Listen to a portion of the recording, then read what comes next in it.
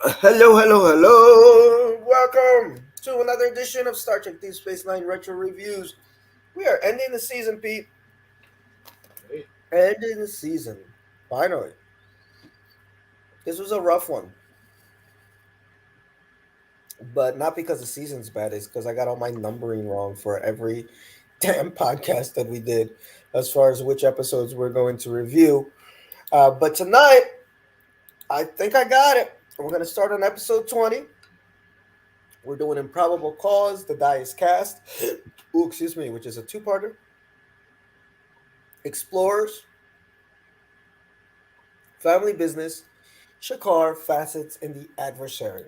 Guys, I just had dinner like really quick, so you're hearing me trying to hold in some burps and stuff. Let me breathe here. So, how are you, Peter?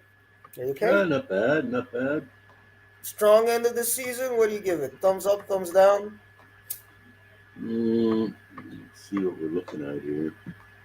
I think it's Yeah, yeah, yeah, not bad. yeah, it's not bad. I think it's a strong setup for a season four, which is you can see the quality difference when you get in there immediately. But we're gonna Yeah, get into it, folks, because we got a lot of episodes. So tonight's the long one, long podcast here. Because and thanks everybody for watching. I always forget to say that at the beginning. Thank you for watching, liking, subscribing. Um, we have fun. So we're gonna do the episodes, and then we'll give you our season overview and our top eight, and that'll be that. And our skip and watch as usual from this batch. So I'm gonna let Pete begin here while I recuperate from this pizza that I just swallowed, pretty much. Um, with the episode called "The Adversary." Oh, sorry, the Improbable Cause, which is a teleplay by Renee Echevarria, story by Robert Lederman and David R. Long, and Avery Brooks gets to redeem himself after that really crappy first episode that he directed, where Laxana Troy had some menopausal issues. At least I thought he did a really good job with this one. And we got a good Garrett quote here. The truth is usually just an excuse for lack of imagination. And I don't remember if I said the air date. It was on April 24th, 1995. It is the Garrick episode. Go ahead, Pete. And we can kind of connect it a little bit with, when we get to it, with the second episode, which is the Dias cast. hmm yeah. So this is an episode that, honestly, like I didn't find the story all that engaging, but there was a lot of other good things about it. It's a very Garrick-centered story, and its long-term significance for basically everything that happens after it.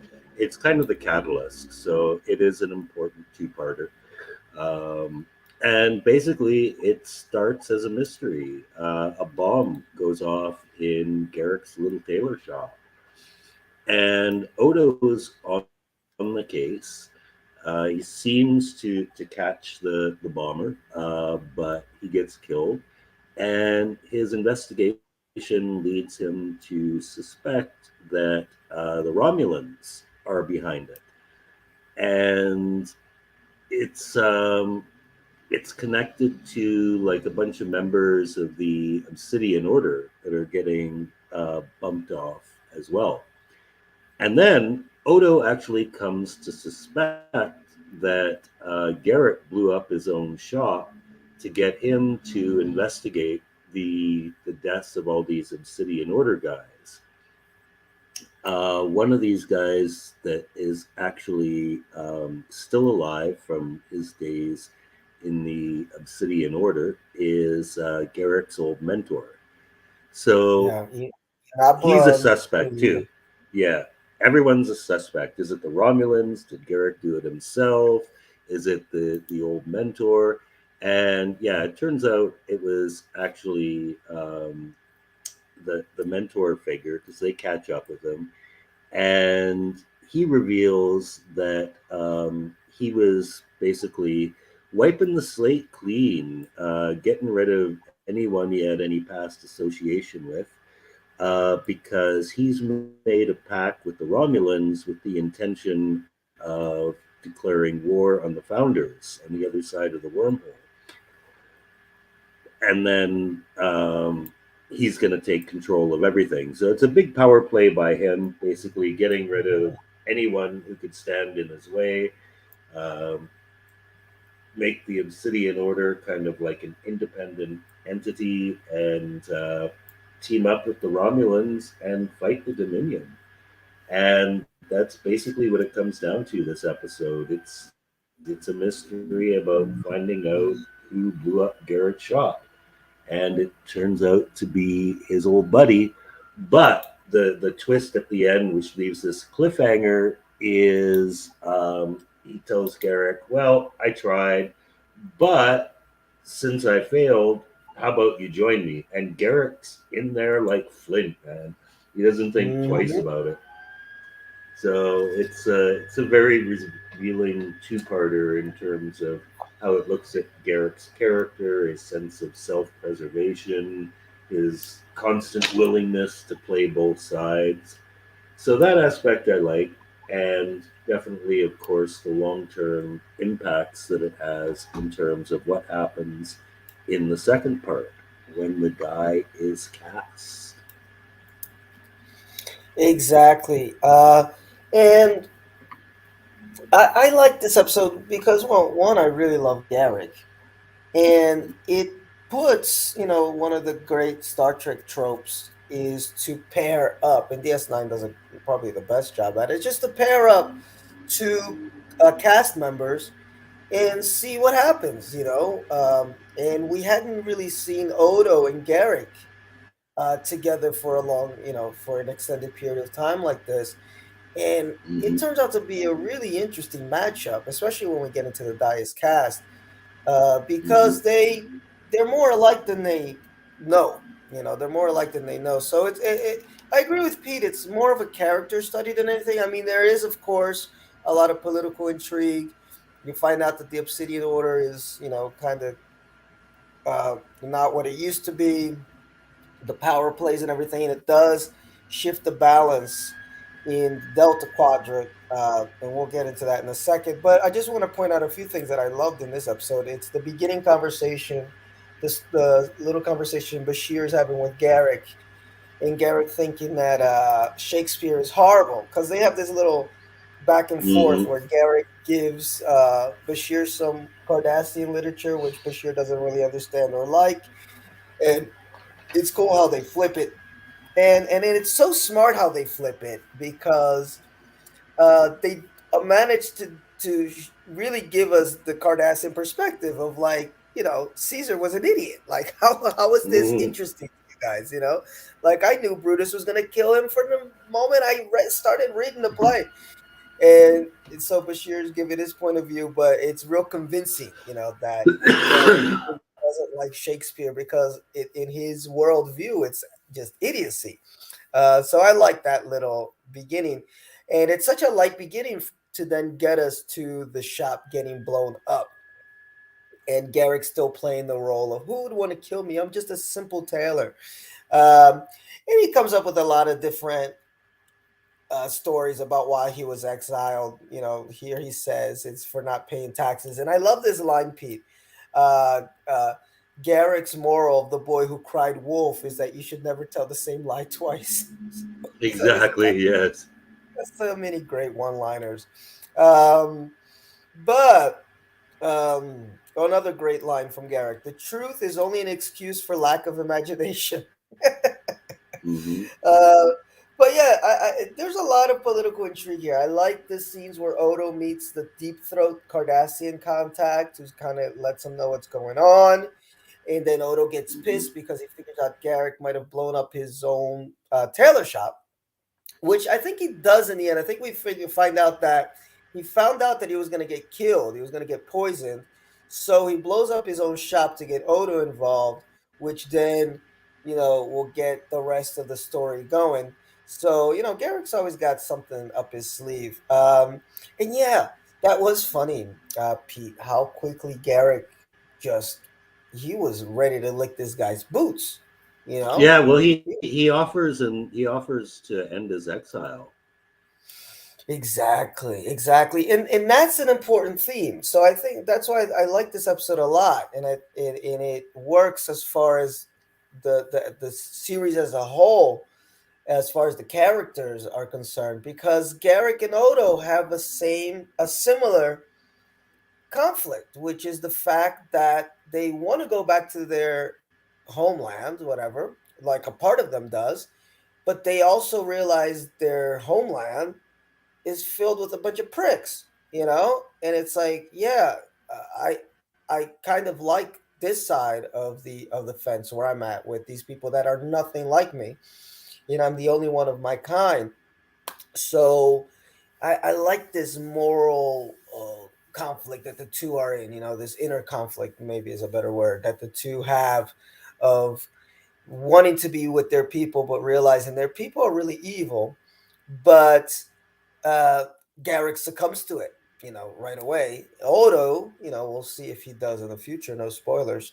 And I do like that pointy-eared friends is considered a racial slur, so that's just kind of a little off note. But we're gonna get right Mm. into the meat of this, which is the Dias cast. So we find out, you know, Yeah, first we get some specs out here. The Dias cast, but for me, really solid first episode. The Dias cast, written by Ronald D. Moore, directed by David Livingston. Um, and one of another Garrick line here, which comes out towards the end, is, you know what the sad part is, Odo? I'm a very good tailor. So the Dias cast just continues this story. Um, the and we find out that the plan is that the Obsidian Order, you know, the power play is, hey, we're gonna attack. We're gonna do a preemptive strike on these on the founders, and once we do that, you know, once what's his name, Tane does that, he'll be able to get his leverage and power back, and you know, restore the Obsidian Order to what it was. But in order to do this, he needs information on the founders. And how is he going to get information on the hmm founders? Oh no! And this is pretty sick, man. hmm I thought it was really well yeah, done. Great acting, because Garrick is told to torture Odo. And Garrick happens to have some type of device that doesn't allow Odo to shapeshift. And we all know that Odo, what is that, every 16 hours or something, he needs to turn back into a liquid, or I guess he'll die. I guess they don't ever explicitly say it, but he definitely needs to go back into a liquid form. Um, hmm and while this is going on, the DS9 crew kind of figure out Tane's plan, and you know, they do contact Starfleet, and they're you know, because they want to stop them and save them. And so, but Starfleet is like, we don't want to get involved with this. We don't want to get involved with this. They get they just put the S9 on alert, and in classic Star Trek fashion, they do one of those. Oh, you're breaking up. I couldn't understand exactly what you were saying. And Commander Cisco takes the Defiant out into the Guama Quadrant to rescue Odo. And guess what? It was all a setup. When they get over to where the Dominion ships are supposed to be, they get bushwhacked, they get attacked. All these ships uh, show up vastly outnumbering the Cardassian ships and the Romulan fleet, which showed yeah. up too. I forgot about that. The Romulans are involved in this too.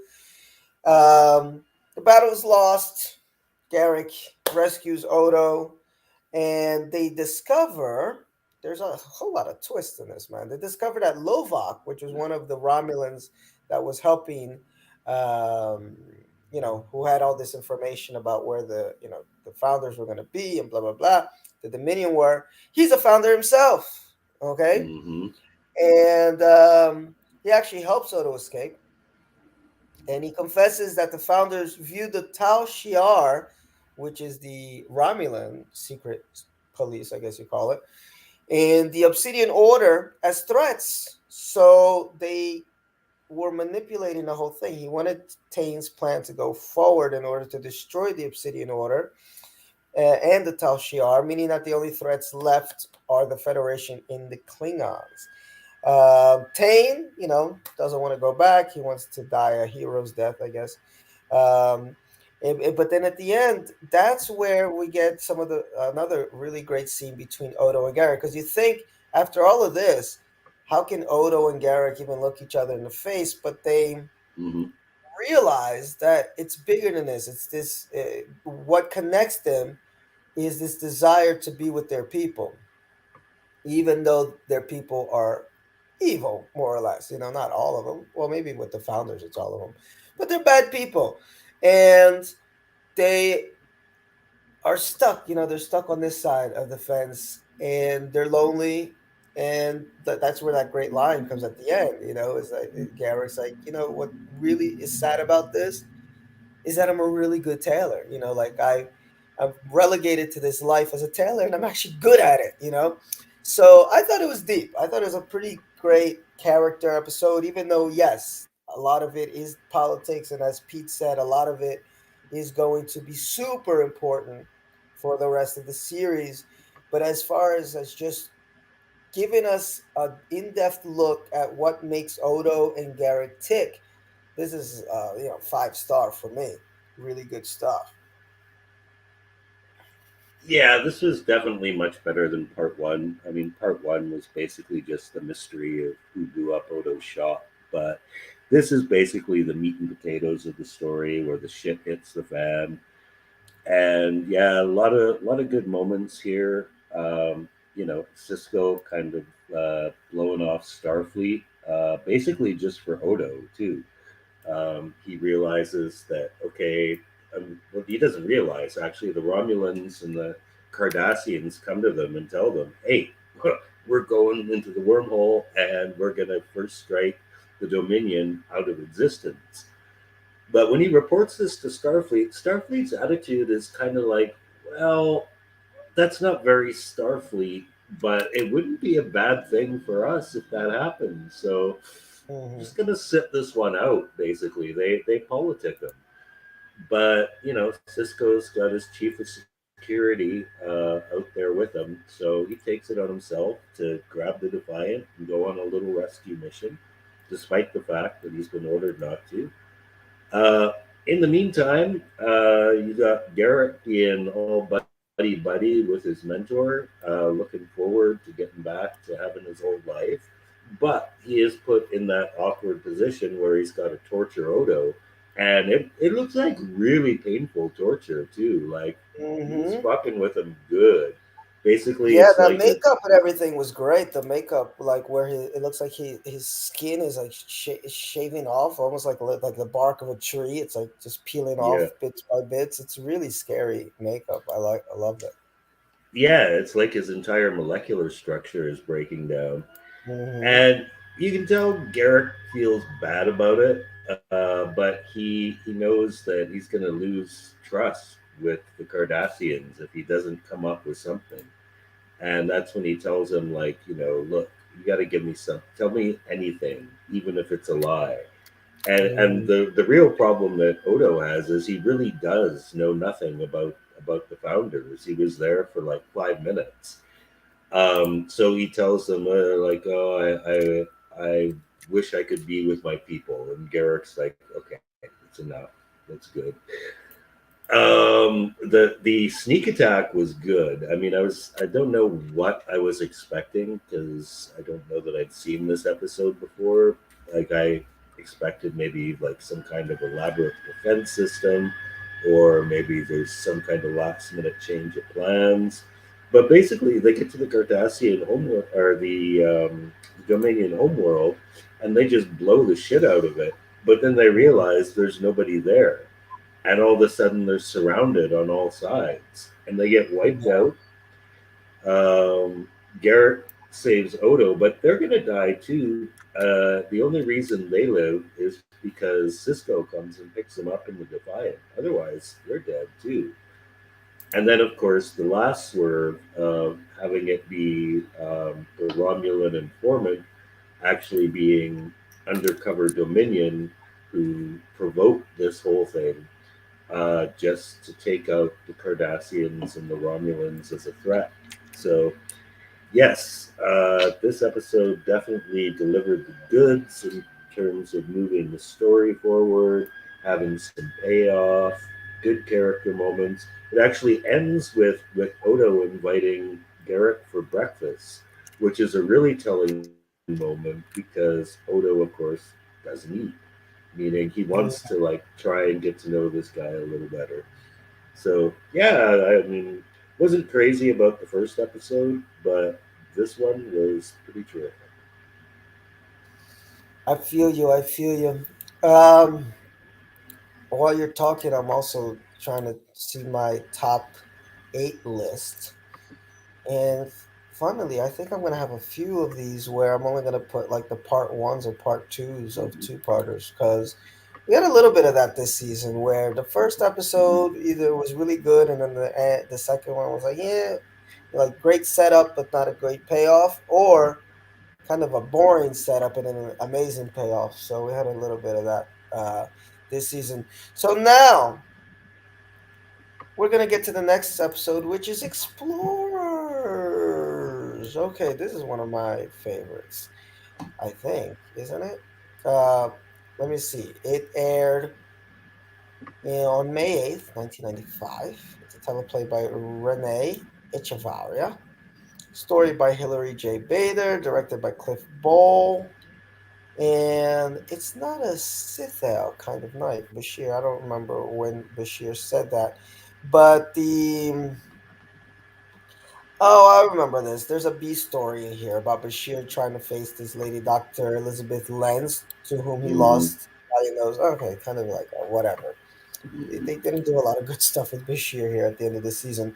But the A story, man, I love it to death. I love it to death, which is Cisco decides, to build an old flyer. He was reading some Bajoran history, and it states that 800 years ago, ancient Bajorans built space vessels that operated on solar sails, and according to legend, they were able to make a trip all the way to Cardassium. Okay, which is a real feat at sub warp speeds. And Cisco, which we've hmm, grown accustomed to as being a tinkerer. He likes his um, to mess with these old clocks and stuff. Actually, remember that episode where he was going really nuts and he built that clock? I think he was infected with some type of virus, Yeah. and he built a whole fucking clock. But he likes to tinker with stuff, so this fits his mo. And so he gets a diagram for the light ship, and he wants to take Jake with him. When Jake's getting a little older and he's not at that age anymore where it's cool to hang out with dad. Because Jake, he's just been accepted to the Pennington Institute, which is this prestigious school in New Zealand. Um, but he eventually comes around and goes with him. And this is another just a character episode. It doesn't have much as far as the main plot line with the Dominion and stuff. It's just a father and a son having these really important moments together, which for me is the heart of the show because, well, one is the obvious reason that we didn't have a lot of black male positive role models, and at least not in drama. I mean, I guess you could say the Cosby Show. You know, if you don't think of Bill Cosby, the real actual man, but the character, Dr. Huxtable. In a few comedies, you had these positive role models. I guess Fresh Prince of Bel Air, Family Matters. There's a lot of these Disney comedies that did have a lot of positive male father figures, but in drama, not so much. I mean, Pete's watched a lot of TV, so correct me if I'm wrong, but in the 90s, I cannot think off the top of my head of like a strong black male lead, especially a father figure. So this was important to see. That here's a single father who is pretty much, he's space Jesus. He's taking care of this real risky area of space, but he still has time to be a dad and care about his son and support his son who doesn't want to be in Starfleet, who wants to be a writer. And all these things is just touching for me. It's just like, it's a very touching episode. And sometimes you just need a break from all the crazy stuff. Just give me a nice character episode. It's not as good as an episode in season 4, which I almost cry every time I watch it, which has to do with Jake and his dad. But it's a damn good, lead up to that, where you see how beautiful their relationship is. And if you take it beyond the TV show, is how Avery Brooks in real life was like a father figure for Lofton. I mean, he speaks, Lofton speaks about Brooks all the time. I mean, how much he loves him like he was his own father. He really took him under his wing. So you can see the real love um, between these two characters. But I think that shines through because there was some real love between the two, I guess, young man, and Sirach Lofton and Avery Brooks. So not much. There's not a lot of meat in this episode, but I just think it's a beautiful episode. It's a little cheesy at the end. I don't like the whole Garrett, Ducat showing up and having fireworks, because it seems like he's gonna. Because they do make it. Spoilers. They do end up making it to Cardassia, and you think that Garrick's gonna show up and be like, I don't know, blow blow up the ship or something, hide all evidence, but he gives him a nice little, fireworks in the sky. It's cheesy, but whatever. But the meat of this one, I really love. I really love this episode. I was looking forward to seeing it again. What do you think of this one? Yeah, no, I liked it too. I mean, yeah, the father son bonding aspect is cool because it is a case where Jake's getting at that age where he's getting too big to hang out with dad, and it's kind of he does it as a favor to him. But the thing is, like the backstory of why they do this is really interesting too, because like this is like totally pre-warp technology, which Cisco is trying to recreate. Pretty ambitious when you think about it. Also, Hmm. kind of dangerous what they're attempting because that Yes, definitely doesn't have dangerous. like life-saving Starfleet technology and shit. He does bring along a radio for backup, so they're not going out there completely alone. But the Cardassians like vehemently deny this myth. They're like, "Oh, come Hmm. on! There's no way ancient Bajorans were able to do this." And for a while there, it looks like they're pretty fucked. Like Yes, they hit this like I think it's an tachyon pattern. yeah, I think it's an ion storm. It's always an ion storm when there's Yeah, trouble like that. That's a yeah. Star Trek trope. The But damn what ion they storms. but what happens is like because they don't have any of this modern navigation or whatever, is Hmm. they don't know where they are. Their ship's fucking damaged. They have no idea literally where in the universe they are, how anyone's going to find them. The radio that they brought along is broken.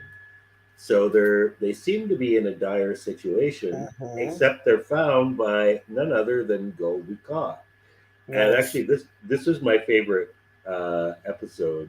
Is my favorite part of the episode is that when they arrive, Ducat tells them that 3 days earlier they found the remains of an ancient Bajoran ship, proving that in fact the ancient Bajorans did travel to Cardassia. And the Cisco's kind of smiles, but the implication here is like, you fuckers, you knew it all this time, but you didn't want to admit it. Now that we've proved it, because it turns out what happened was the tachyon burst elevated them to warp speeds. So Hmm. they actually achieved it naturally. But he's like, oh, you bastards, like you knew this the whole time. and you denied it. But now that we've proved it wrong, you have to say like, "Oh, look what we discovered on Cardassia," just as sort of a Exactly. preemptive strike kind of thing. So yeah, I love that aspect of it. Just Ducat and the Cardassians being pricks again. But nice pricks in this case, because it didn't blow him out of the water. I don't Yeah. have it. But no, really wonderful episode. I don't remember much from the Bashir story other than Bashir and O'Brien get drunk at the end. Uh, Yeah, that was the best part of that. But the thing was, like, Bashir is all nervous about this chick who graduated ahead of him. And we already know the only reason Bashir didn't graduate at the top of his class is because he got a question wrong, and he got it wrong deliberately on a subconscious level. what is it, Tokyo? Um, but what happens is he's really pissed that she doesn't recognize him. This was his academic rival, and like she doesn't acknowledge him or even talk to him. And yeah, there is that one part of the episode where he and O'Brien get shit faced. He's like, I'm gonna go talk to her now. It's like not a good idea in this condition. But it turns out she was always fascinated with his work, but she thought he was Andorran, so she didn't recognize him. She didn't know what he looked like. So Hmm. that's basically what all of that comes down to. Yeah, which again, it's kind of like a useless Bashir plot, but we had like Mm-hmm. three in a row. Um, but the main plot is wonderful. One thing too to of note, Cisco grows the goatee in this episode. And another thing to note, which I think is so cute, is Jake giving his dad some relationship advice. You know, Dad, you gotta get out there, play the field, do this and that. It's so cute, man, when Jake talks to his dad like he's a grown man. You know, come on, man, you gotta get your shit together. Um, they just have the best. They're the best, the two of them, when they have scenes together. And that's about it with this one. I mean, I just love Mm-hmm. this one. And so we're gonna move on to one that I'm not a Ferengi hater, but this one didn't do it too much for me, which is an episode called Family Business, which, if I'm not mistaken, is directed by Renee Mm-hmm. uh, Auberjonois. Auberjonois. And this one premiered on May 15th of 1995, written by Ira Stephen Bear and Robert Hewitt Wolf. Uh, I like this line from Kira. You know, the rate we go through runabouts, it's a good thing the Earth has so many rivers. Because they keep blowing these things up. It's not as bad as Star Trek Voyager, which the whole premise of that show is that they're stuck on the other. They're stuck on the in the fucking. Where are they in the Delta Quadrant? 70,000 light years from Earth, and they seem to blow up these little shuttlecrafts every week, and they have like a limitless supply. Like, I don't know if they replicate these things or not, but yes, they do get some of these little runabouts in danger. But the premise of this episode is that Brunt, you know, the agent from the Ferengi Commerce Authority, serves Quark a notice that his mother, Ishka, is charged with earning profit, and it's illegal for Ferengi women to do that. So Quark, because he's the eldest male, is responsible, so they got to go travel back to Ferenginar. By the way, Pete was right. It was the Tachyon being the Tachyon surge, not Ion Storm. Tachyons, ions, it's always either one or the other that causes some Yeah. uh, malfunction. Technobabble. Technobabble. Technobabble, exactly. Um, and this episode just kind of just drags on a little bit too much for me. It's a cute idea. It kind of builds off of, I think it was season one. There was that episode where there was the female who was doing business, but she was, you know, dressed as a dude. And these are the episodes where I get frustrated with Quark, because it's like it seems like he would just get it, but he doesn't get it. You know, it's like he's so hard headed and he's so Ferengi. Um, but yet there's episodes where you see that he can step outside of his Ferengi nature to really get things done. And but in fact, it's Rom. Rom is the one that understands what his mom's going through, um, and we they do have some nice conversations though, Ishka and Quark. I like the conversation that she has with him, telling him that, look, you thought your dad was good at business. He wasn't good at business. You know, you learned everything that you learned about business from me. Okay. Um, and in the end, she does sign a confession to give back the money. Okay. But she reveals later that she outsmarted Quark and the Ferengi government by giving up only a third of her profits, blah, blah, blah. But it's just, I don't know. This one just felt like a joke that went on a bit too long. It's kind of similar to that profit motives, where Mm. it's a good joke, but it would be like a 5 minute skit. Maybe it'd be something for Lower Decks. By the way, season 3 of Lower Decks is out, so I'm gonna watch that uh, at some point this week. I didn't like Lower Decks at first, but now I'm kind of into it. There's a subplot here that's important, though, which is that Commander Benjamin Sisko is set up on a date with freighter Captain Cassidy Yates, and she becomes a really important character in Deep Space Nine. So that's, if you want to watch it for that, that's about it. But the rest, I'm like, whatever. Yeah, I actually thought this episode was awful. Actually, Andrea Martin plays Ishka, and Yes, she's a great actress. You can totally tell it's her. She's got a distinctive voice, but the makeup just looks awful on her. it And does. seeing Rom be such a mama's boy, because the brothers are really split here. Rom kind of takes his mother's side, um, and that this pisses Quark off more. They actually come to blows in this episode, which is Yes, that's really not Rom and Quark, man. Like Rom is maybe for his son, Rom would stand up to Quark, but I don't think for his mom. No. Although he does actually, even before they introduce her, he does have that pet name for her. What does he call her? Noogie or something like that? Moogie. Oh, Moogie. Moogie. Ah, it's too Yeah. much. It's too much. Yeah, and there's that really awful because initially she's wearing clothes because it makes her feel more comfortable, which Ferengi women aren't supposed to do. But then there's Yes. this bizarre scene where she gets Ah, naked and yeah. cuddles with Rom and rubs his ears and shit. It's like, man, what were the people who came up with this smoking? Like, the plot in itself has no consequence. It's a complete filler episode with no real consequence. The only consequence is that it turns out Ishka's a really good businesswoman, and the amount of money she owes is like more than Cork has. So the Mm, consequences are Cork would go broke if she doesn't sign it. But mm. she's there's going to be a solution. So there's no real stakes. It was way too weird. Um, I like seeing Andrea Martin in there, but she's not as good a Ferengi as well as Sean. Let me put it that Yeah, way. and I agree with you with the makeup. It was really distracting.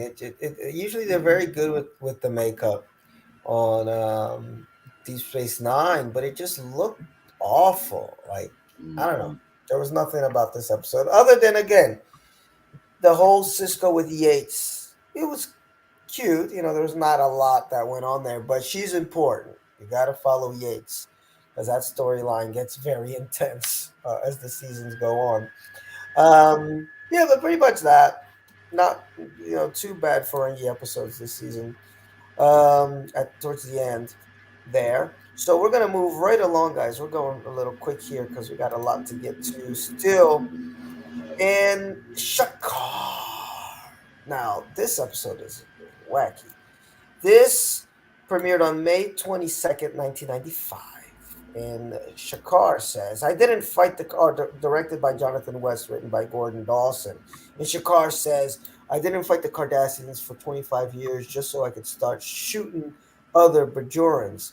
Um, well, last we saw Kywin, she had sole control of Bajor. She became like the new president, whatever, of Bajor, and it ends up she's really bad at it.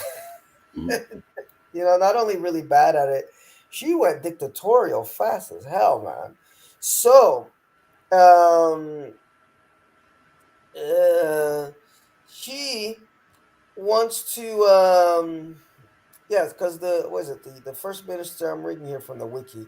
The first minister of the Bajoran provisional government dies, so Kai Wynn is appointed to his position on an interim basis. And yeah, she asked Kira for some help because there's a group of farmers who have these soil reclamators that Wynn needs, to get Bajor back on track, get the farming going. But Shakar, their leader, is like, we ain't giving it back. We got it now. If you want it, you got to take it by force. And I guess it would be bad PR for Kai Wynn, although I'm not sure if she cares about PR, but I guess she does a little bit, to just forcibly take it from these people. So Kira visits Shakar, and he is asked him politely to give it back, but Kira half hearts it. She's really not into it at all. So when Wynn gets wind of this, then she goes nuts, man. She goes dictatorial. She's like, blow these motherfuckers up, shoot them up, shoot them up, shoot them up. We're taking what we want. And then the whole episode just kind of turns into a battle between Bajorans, the rebels, hiding out in the mountains, and everybody. Speaking of Garrick, I guess this was a theme here for these final episodes. Garrick feeling that lust again for his old life. Kira starts feeling that lust. Shakar is 100% into it.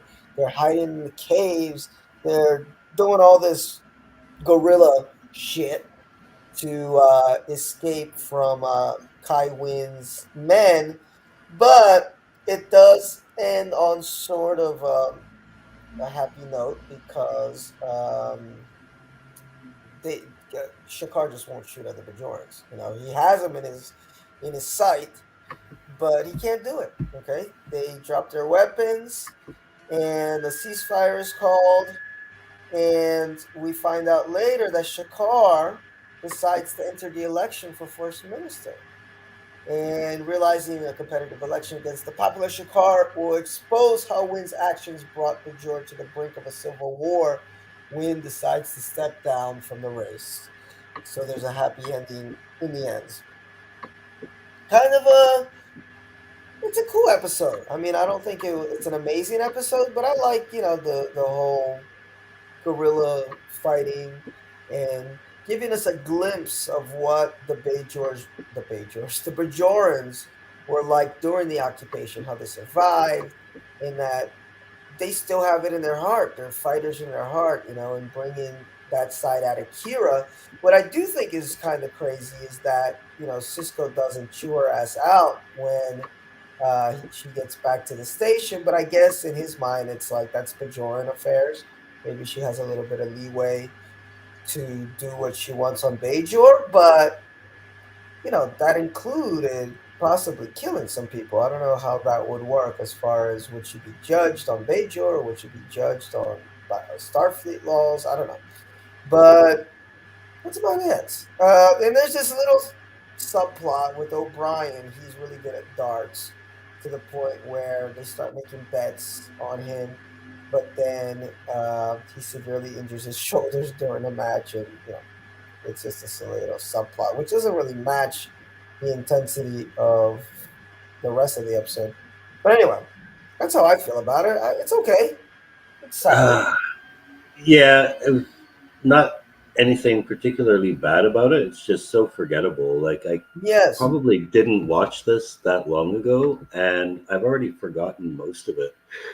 A couple key points here, though. First of all, these like soil transformers or whatever they need.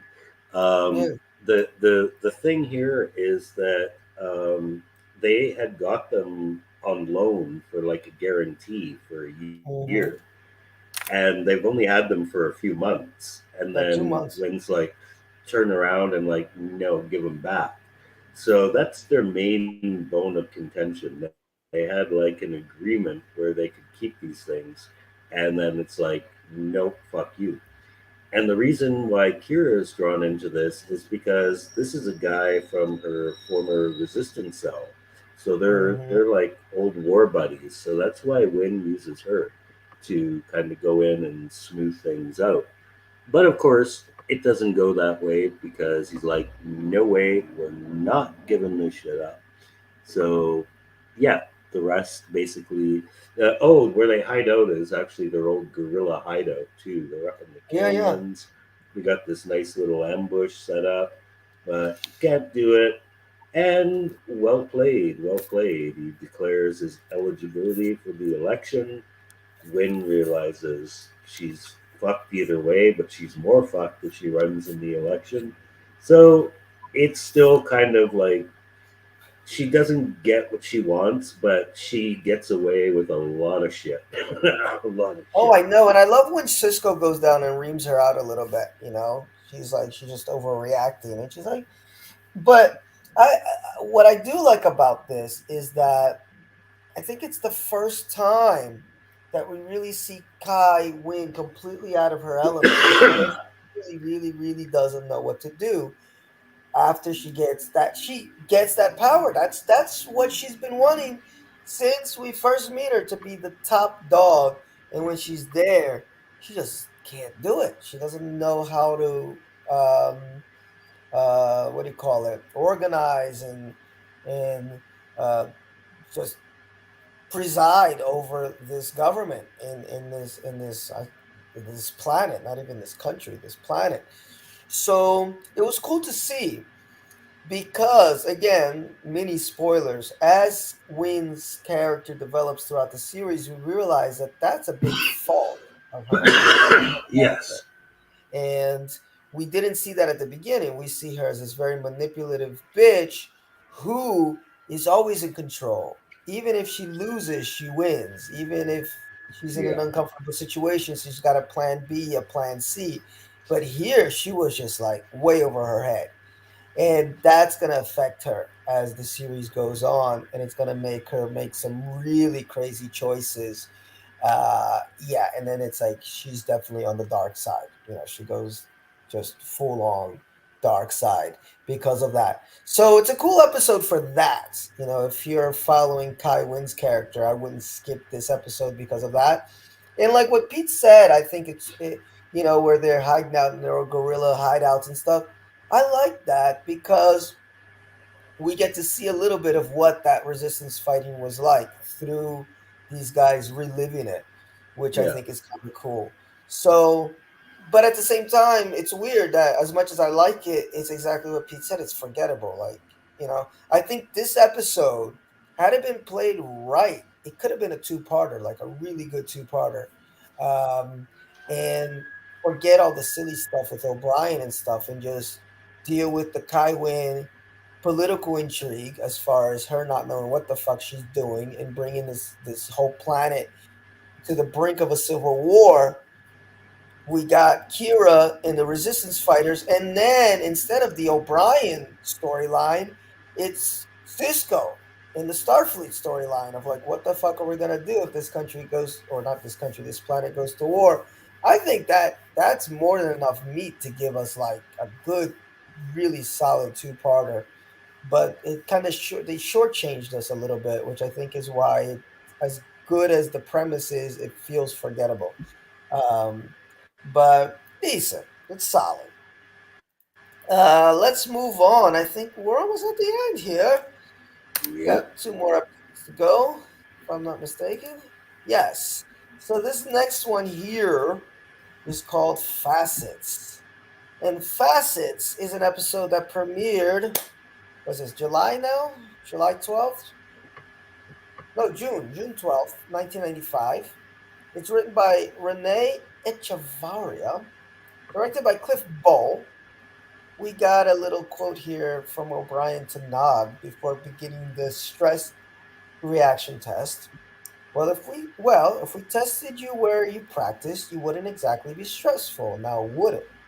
Mm-hmm. Oh, I guess we get to get a This is when we get a little bit of what do you call it?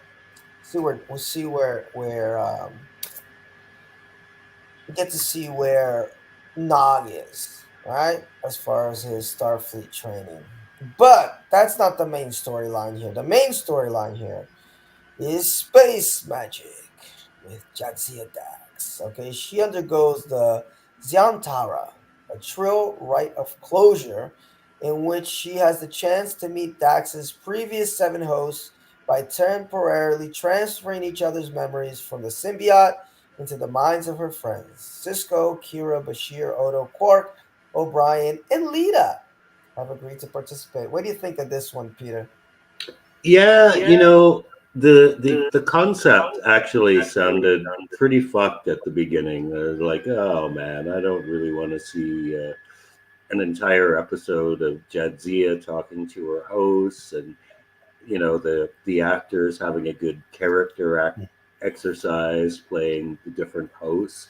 But it didn't really get down to that too much. Actually, I like the direction it went, because really we only, I mean, she spends a few hours with most of them, but we really only see like a few choice minutes, and that's mostly for the actors, really. Like there's a funny bit where Quark is really uncomfortable playing a woman, and Mm-hmm. he cuts in a couple times, like, okay, how long is this going to take? The homicidal maniac comes back. He's in Cisco, and he tries to kill her.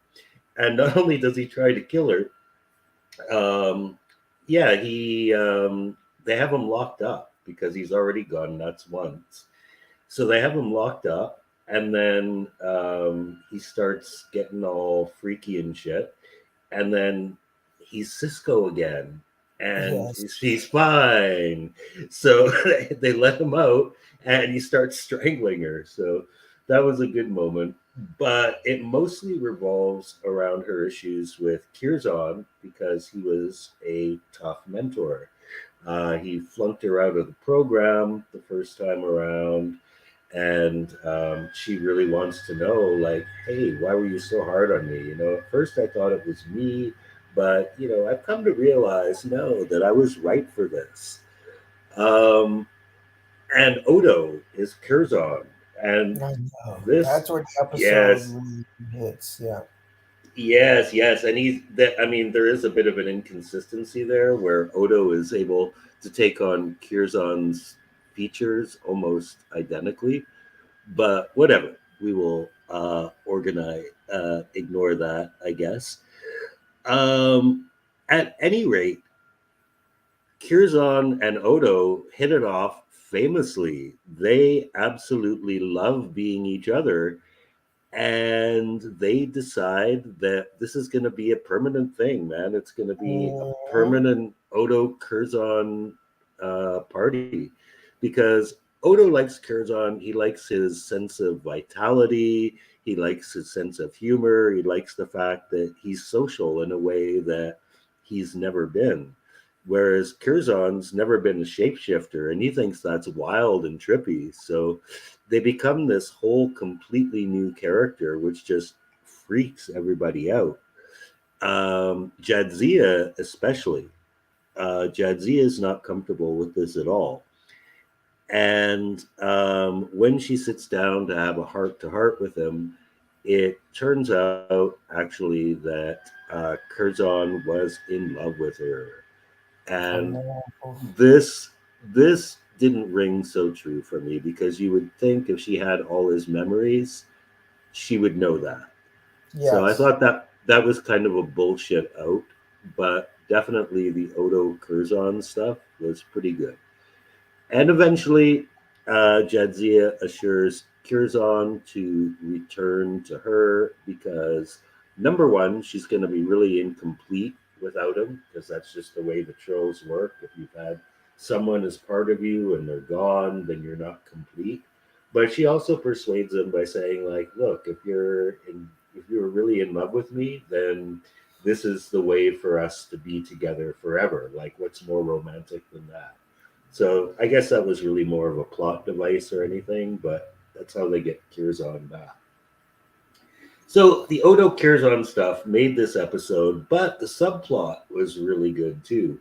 Not a surprise, it just shows what a bastard court can be sometimes. Um, Nog is preparing for his simulation that will be his entrance into Starfleet Academy, and he's studying real hard, and he fails. Much like it's a good parallel actually, because a lot of time the subplots don't really have a good parallel. But much like Jadzia failed the first time she was a Trill initiate, Nog fails as well. But Rom figures out that Quark altered the simulation and rigged it so that he would fail because he doesn't want his nephew joining Starfleet. And Rom sticks up for his boy, gets right in his face, threatens to blow up the bar if Quark doesn't confess. And Cisco lets Nog take the test again, and he passes.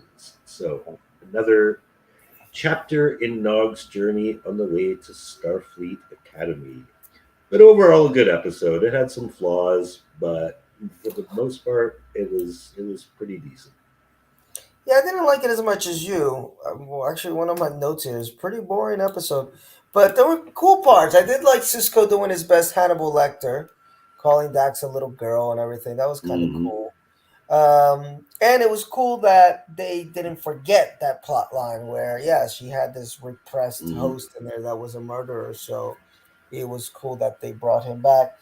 But then, yeah, the whole Curzon stuff, I just didn't buy into it. Like, it was kind of interesting, but one, I could see Curzon doing that to Odo, but I don't know how much of Odo. I guess was he able to repress Odo's mind?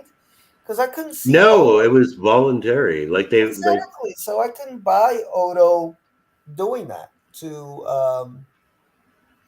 Jadzia, because he's basically it's like stealing part of her. It's like almost like a trill rape or something. I don't know, like in whatever their culture is. It's an essential part of her being that Odo is saying, "Fuck it, it's mine now." So I couldn't buy that as far as Odo doing it. And like you said, it's like if he was really in love with her, unless he was able to really repress those memories, uh, she would have known, and it was kind of creepy. Like I like Curzon, like the way that Cisco talks about him, and yeah, he seems like a bit of a bon vivant, and maybe he wouldn't survive in today's Me Too generation for very long. yeah, he's a But DiCaprio. yes, he's a DiCaprio, but it but never like he just seems like a man who enjoys a good time. Like you never got this sense that he would abuse somebody or um, actively try to ruin somebody's, do a Vince McMahon or something, actively ruin people's careers if they don't do this or that for them. And this episode really painted him in a bad light, and that I don't think he can walk back from. It's like he fucked this girl's career because he was in love with her, and that's really fucked up. Like that's kind of unforgivable. Even though he didn't do like the suck my dick and then I'll let you pass, he didn't go that far. Hmm. But it's like one half step before that. So I don't know. I think for that reason, this episode just doesn't work for me. Odo, I don't see him doing that. Volunteering to just fuck with an essential part of Jadzia's essence. And two, Curzon just comes off like a real creep. He doesn't come off as just this kind of guy who's just, yeah, I'm a bon vivant. I like sex. I like girls, and that's fine. You can go to all the whorehouses you want. Nobody was, I'm not gonna judge you. Uh, but this just really crosses the line, as far as a sort of a backwards or backhanded sexual assault. He didn't force her to do something and get somewhere, but he impeded her forward progress due to his feelings for her. So I don't know. It was kind of weird, but it was. I mean, the only positive is that we finally got a conclusion to that, because that's been kind of this mini narrative throughout Jadzia's plot lines of like her not knowing why she wasn't accepted the first time. Why wasn't she accepted? And Cisco always like, yeah, but you fought hard and you went again and you got in the second time. So, be proud of yourself. But that's always been this itch that she couldn't scratch. And now she finally got to the heart of it. And I forgot, what was her reaction? Did she forgive him? I completely forgot. I Yeah, think, yeah, I think she kind of forgave him, which is kind of fucked up too. Like I don't see Jadzia doing that. So I don't know. It was all kind of out of character for me. But I'm glad they got that out of the way. But I've said it before, and I know, I'm surprised I don't get hate mail for that. That I'm not a big Dax fan. I know she has a huge following, especially in the trans community and the lesbian community, because they feel she represents a little bit of that in DS9. But yeah, I'm like whatever with Jadzia. Um, which brings us to the final episode, which is called The Adversary, and it's no longer Commander Cisco. yes, promotion time. Oh yeah, it took long enough. But he's there. He is the captain, Captain Cisco, because he does have a ship. So he's a captain. Uh, this episode premiered on June 19th, 1995, written by Ira Stephen Bear and Robert Hewitt Wolf, directed by Alexander Singer.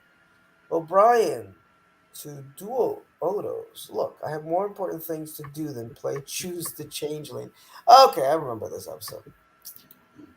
It took me a second to refresh my memory, but that's the one where they take the Defiant out, yeah?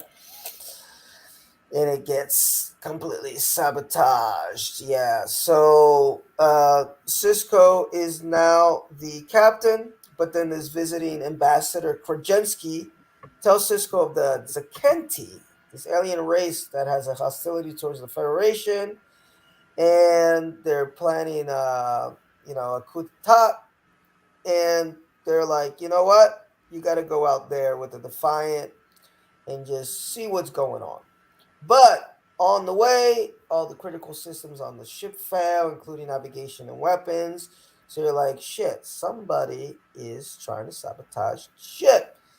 And it ends up that, well, it's a changeling. There's a changeling on the ship. By the way, there was an episode. This is very similar to another episode. Which one was the episode where Eddington also um, sabotages the ship by turning off the cloaking device? I forgot. I kind of glossed that over because Eddington becomes an important character, but I guess he gets back in Cisco's good graces. But I think it was the one where with Garrick, wasn't it? Because I think they take the Defiant out Yeah, yeah, yeah, yeah. and they turn off the cloaking device, and I forgot that Hmm. whole. But that's kind of important because Eddington, he becomes a very important character as a bit later on. But here apparently he's back on Cisco in good graces, even though they do sort of suspect him as the imposter. But what happens is that the ship's systems are going down, so they gotta hunt for this changeling, and that part's kind of cool where they Hmm. figure out all these ways to hunt them down. I guess they do these little laser sweeps and stuff like that, and stick together and blah blah blah. But it gets to the point that the ships being controlled, where they're going to preemptively attack these people and start what could be a war. So Cisco is like, man, I'll self-destruct before that happens. And meanwhile, O'Brien's trying to override the changeling's control of the ship. And Constable Odo, he ends up finding the changeling and he kills him. And that's real intense because no changeling has ever harmed another. Well, until now, okay? O'Brien's able to regain control at the very last minute, as should be in these types of episodes. Cisco cancels the self destruct, but the big da da moment is that before the changeling dies, he tells Odo, "You are too late. We are everywhere." So, in a way, it's kind of a repeat of um, the Garrick episode that we talked about earlier, in that Hmm. we see it's showing that the changelings have infiltrated, and that's how they do it. They've said this, I think, in season 2 or so, that that's their mo. They start by infiltrating what do you call it, high positions of power, get people to go against each other, create this instability, and then the Jem'Hadar come and finish the job. So they did that in that episode because it was just a setup to get rid of the Obsidian Order and the Tal Shiar. And in this episode, it's more of the same. They're just trying to kind of let now the Federation, trying to fuck the Federation over. Doesn't work as well, but a solid episode to get us prepped for what's gonna be an eventual war with these guys. You know, they're coming. They're still there. So I liked it. I liked it. Pretty solid. Yeah, it was decent enough. I mean, the shapeshifter hunt was the best part. Like, ooh, he Mhm. could be anything, could be any one of us. The way he sows distrust. There's actually um, a really good scene where actually Edgington is revealed as the imposter through the blood test, Mhm. but it turns out actually that it was Bashir Yes. who, as the doctor, was in a position to fake the blood test. So he Yes. set Edgington up, the most obvious guy. He did a little like a magician's little swipe. Yeah. Something like that, right? Yes, yes. The shapeshifter fight was pretty cool.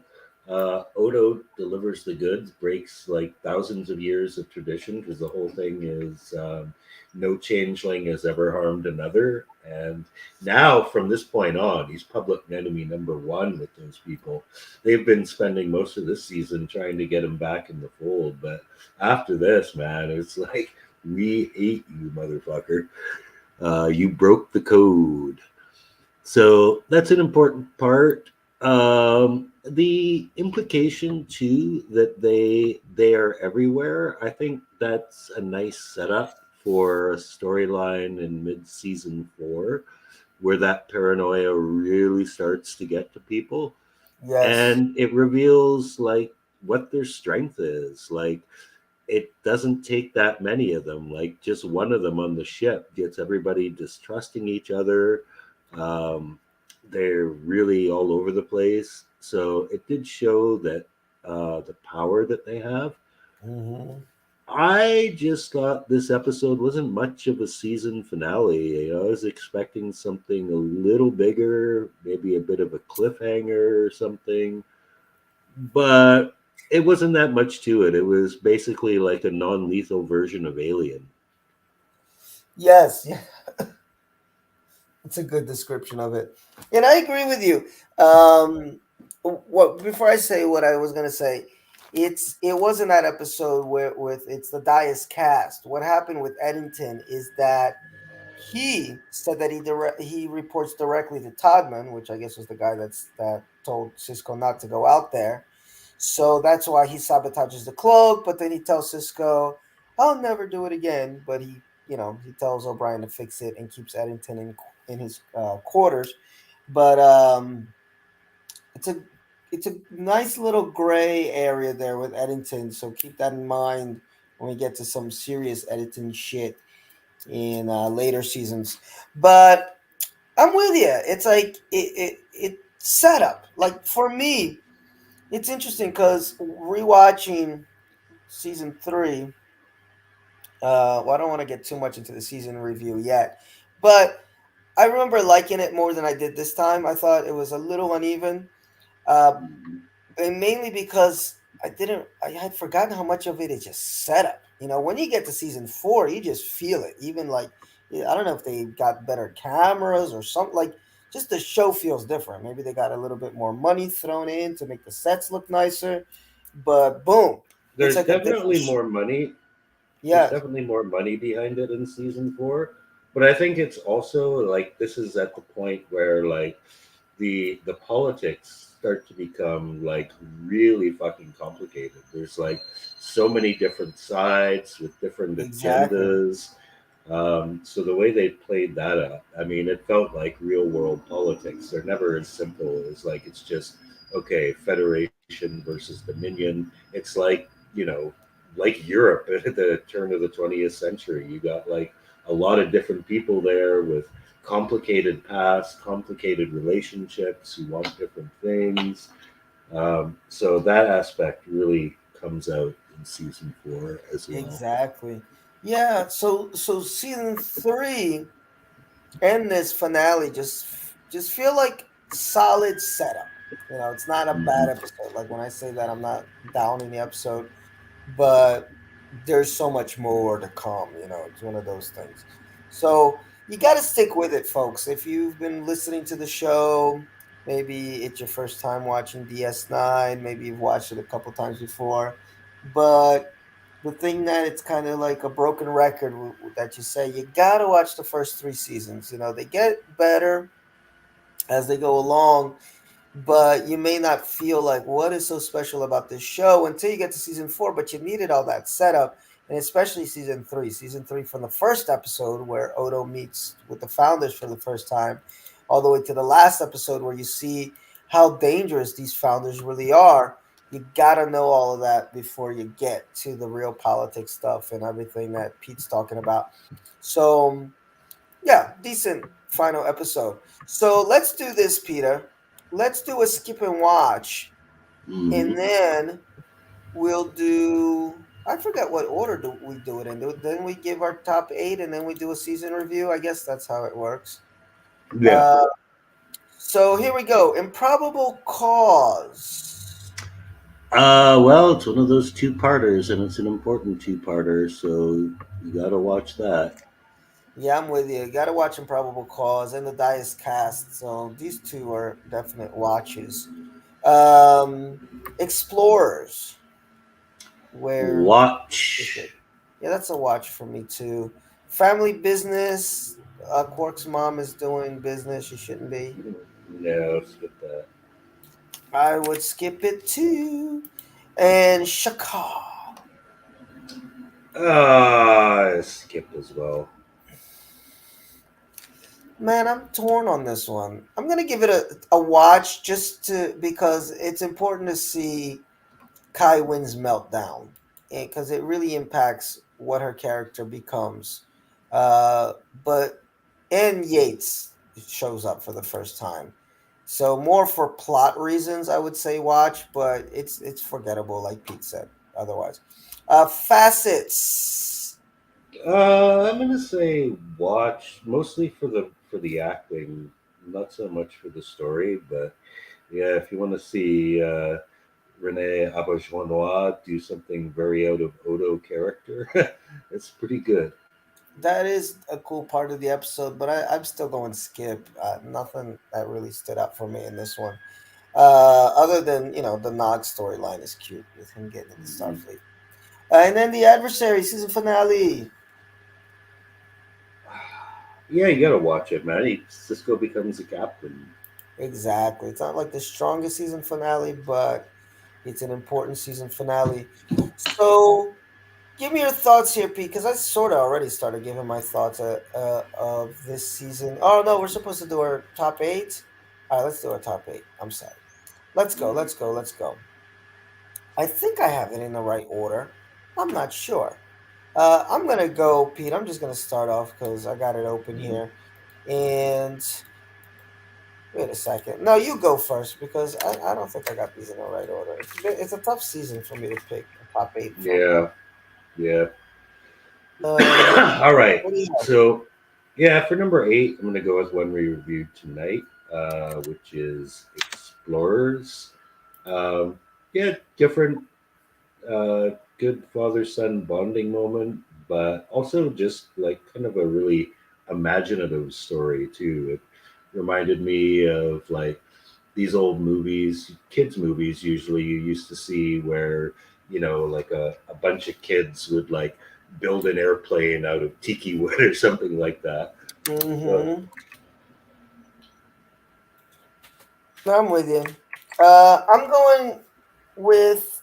I'm doing these last minute changes here for this, but I'm going with Second Skin. That's the mhm, one where Kira gets kidnapped and she's got like this whole, she wakes up as a Cardassian and they try to mhm. tell her she used to be a resistance fighter, blah blah blah blah. I thought it was just a cool character episode. It's nothing consequential to the big plot line, but as a one-off, I think it works and showcases Nana Visitor's acting ability, which is always on point. So I'll give that one the last space in my ranking, last little slot. Yeah. All right. Number seven. Yeah. Looking Glass. This is where Cisco goes to the mirror universe because his mirror version has been dead, and they need him to convince his dead wife in his universe to join the resistance. So, yes, interesting Cisco episode. Always not a fan of the mirror universe episodes, but they do give the actors a chance to do something different. And of course, Cisco just smashes everybody except his Except wife. his wife. I Yeah. see. um, and then I'm going with another Kira episode for my number seven, which is Heart of Stone, where she gets stuck in that cave with this crystal thingamajiggy going up her body, and she's facing imminent death. And Odo's there, and he professes her love for her. Hmm. But the only sucky part about this episode is that it's all inconsequential because it was a shapeshifter, and so you hit the reset button as far as all these really important character moments, and it's like, come on, it's just back to square one. But up to that point, I was in it. I was like, good lord, I know she's gonna make it out, but it still made me say, how's she gonna get out? Is she really gonna make it out? So, kind of a cool episode in that sense. Yep. Okay, so for my number six, I got House of Quark. Just a good solid Quark episode. It's funny, but it does have consequences. It does end with it begins and ends actually with Quark fighting a Klingon, and Yes, somewhere in the middle he marries one as well. yes. So yes, a bizarre but funny and entertaining Quark episode. I'll give that one an honorable mention. I had it on my list, but then I knocked it off for a couple over here. But really good episode. That's one of the better, or probably the best Ferengi episode of the season. And for my number six, I put Through the Looking Glass. So I'm kind of close to you. And yeah, basically everything Peter said, and especially the fact that Cisco just smashes everybody except his wife, of course, which is kind of, it's Cisco being the Cisco. He can do it. He can do it, man, in multiple universes. Yeah. Go ahead. All right. So on to number five. I'm gonna go with Second Skin. Great character-driven episode and high stakes. Great performances by the two leads, and one that I'm pretty sure I actually remember seeing this first time around. So it's one that stuck with me for many years. Oh, cool. Yeah, I couldn't even remember this episode from the rewatch I did like a couple years ago, but I was kind of cool rewatching it. My number, what am I on six? No, no, I'm on five because I went first, right? Or no, you went first. So Yeah. what number am I on? Hmm. I guess I'm on five. So yeah, One, two, yes. So I wait, guess eight, so. 8, 7, 6, 5. Okay, Defiant, where we get Riker on board. Um, and I like the bait and switch there. You thought it was going to be just a fun Riker episode, and then it ends up it's Thomas Riker, and then it just goes bananas. When he steals the Defiant, and then he's about to start a major war with the Cardassians. You're like, what the fuck? Where did this come from? And you got Cisco and Ducat having to work together, which I always love when they put two very opposite, the foils working together to figure Hmm. shit out. And it's just, yeah, I dig it. I dig this episode. It's a lot of intrigue in there, a lot of, it's like a mini politics, but it's still pretty political in its own way. Yep, that wasn't a bad one. Um, I guess I would go with number four, Civil Defense, the booby trap episode. Yeah, this is just great storytelling. It's a one-off Oh, episode, not part of the overall story, except of course that it's a Cardassian trap. But yeah, it's a one-time thing, but it's just brilliant the way it shows you how the Cardassian minds work too. Like, basically O'Brien accidentally triggers a old Cardassian program in case of a Bajoran revolt, and the more things they try to get out of it, man, the worse things get. It's amazing, like how many contingencies there are in there. I know. And the best part is there's a contingency for Ducat himself, who wrote the damn program. Yes, yes. No, it's a cool little episode. It's not my favorite, but it's a cool little it's like episode. It's like the perfect mousetrap episode. Um, where am I at? I'm at my number four, which is past tense, but only part one. Okay, Hmm. the next three that I picked are all just half of two parters. Because I really like the setup, like the resolution episode. It's decent, but I like the build up of what is going on on Earth at this time period. The time travel thing is kind of cool.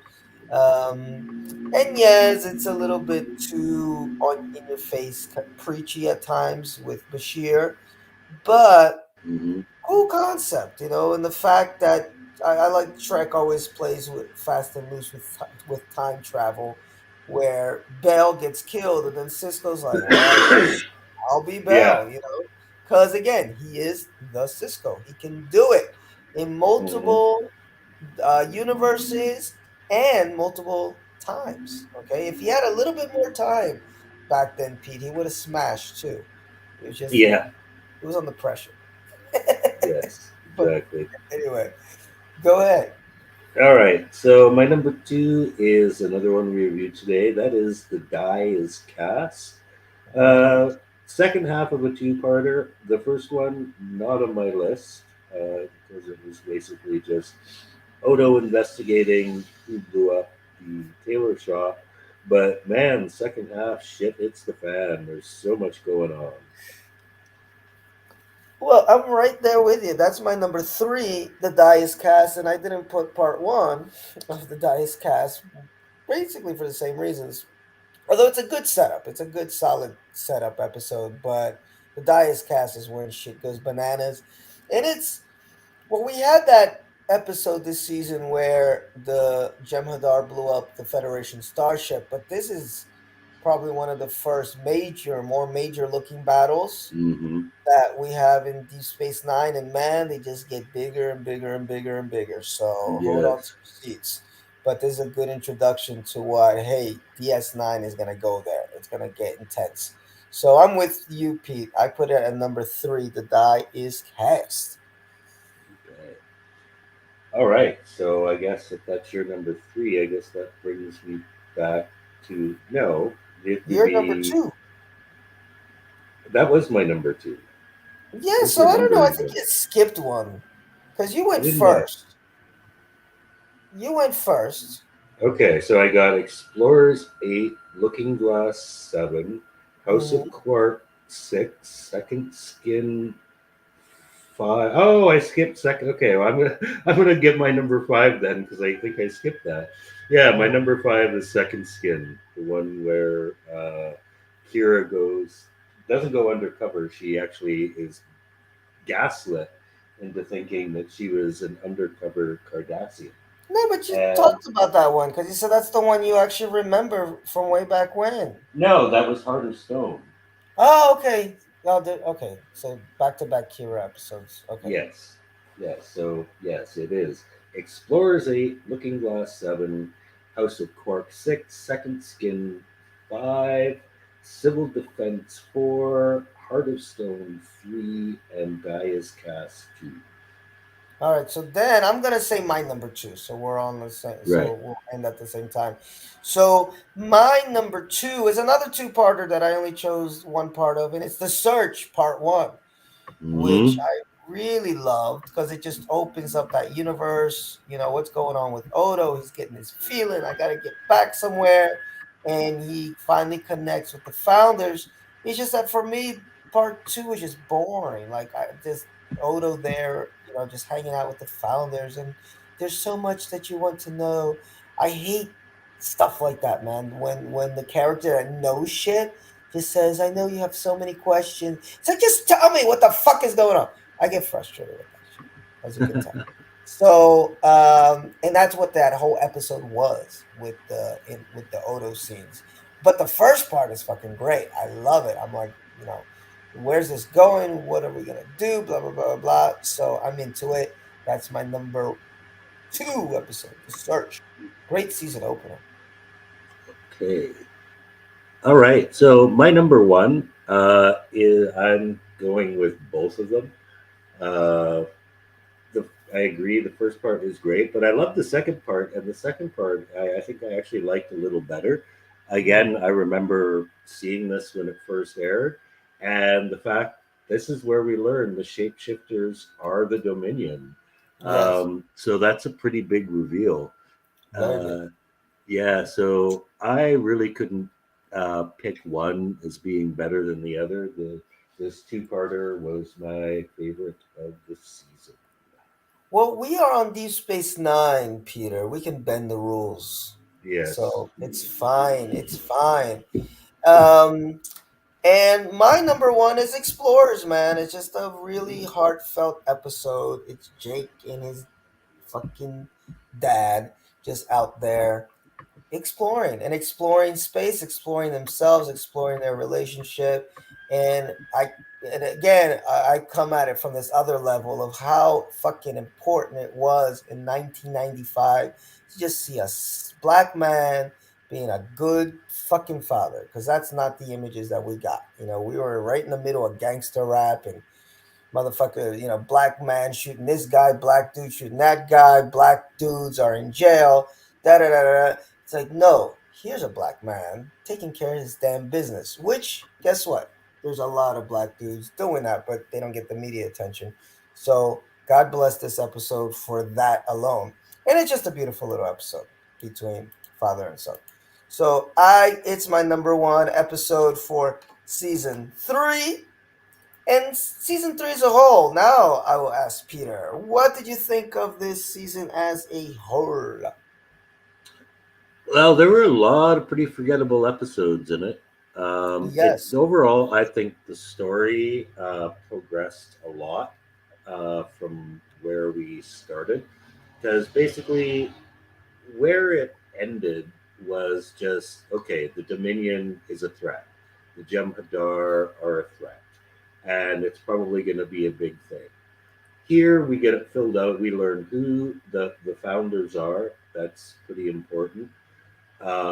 We get the involvement of the Romulans and the Klingons, and some pretty major shit happens. Not earth shattering seemingly at the time, but stuff that's going to have ramifications throughout the series.